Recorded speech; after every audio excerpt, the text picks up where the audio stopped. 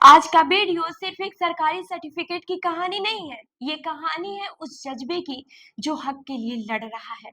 EWS एक ऐसा आरक्षण जो जनरल कैटेगरी के गरीबों के लिए है, लेकिन क्या ये सुविधा वाकई उन तक पहुंच पा रही है जिनके लिए ये बनाई गई है? नमस्कार, मैं हूँ रूबी सिंह और आप देख रहे हैं जयपुर एक्सप्लोर मैगजीन का डिजिटल प्लेटफॉर्म।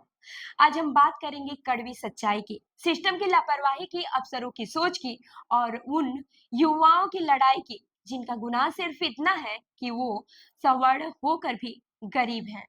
अब ये जान लेते हैं कि ईडब्ल्यूएस क्या होता है।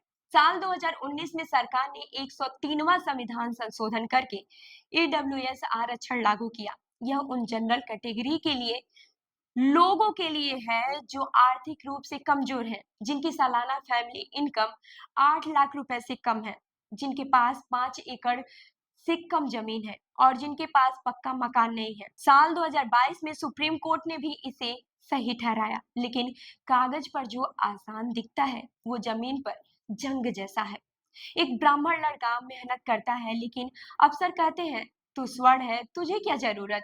एक राजपूत महिला, घर का खर्च मुश्किल से चलता है, फिर भी बेटे को कॉलेज ईडब्ल्यूएस से ही मिल पाया।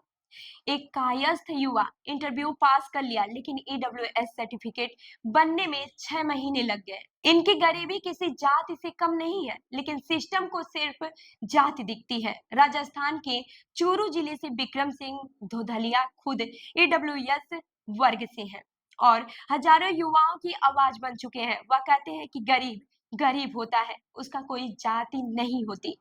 उन्होंने सोशल मीडिया पर हैशटैग जस्टिस फॉर ईडब्ल्यूएस और वन ईडब्ल्यूएस सर्टिफिकेट जैसे अभियान चलाए हैं।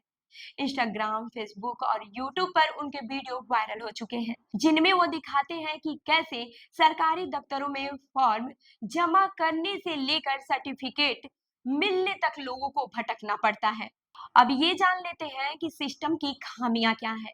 जाति देखकर फॉर्म रिजेक्ट करना, फर्जी दस्तावेज वालों को पहले पास कराना, महीनों तहसील के चक्कर कटवाना, कहीं कोई हेल्पलाइन या स्पष्ट गाइडलाइंस नहीं। तो ये जान लेते हैं कि समाधान क्या है। ईडब्ल्यूएस की प्रक्रिया को पूरी तरह डिजिटल किया जाए, पंचायत स्तर पर फॉर्म भरने की सुविधा हो, सभी राज्यों में एक समान नियम लागू हो और ईडब्ल्यूएस के लिए एक अलग हेल्पलाइन शुरू की जाए। वहीं ईडब्ल्यूएस कोई भीख नहीं है, ये अधिकार है और जब अधिकार सबको बराबर मिलेंगे तभी देश में असली समानता आएगी। अगर आप भी इस सिस्टम में बदलाव चाहते हैं तो वीडियो को लाइक करें, शेयर करें और कमेंट करके अपना समर्थन जरूर दर्ज करें। तो ऐसी ही अन्य खबरों के लिए हमारी वेबसाइट www.jaipurexplore.com पर विजिट करें। धन्यवाद।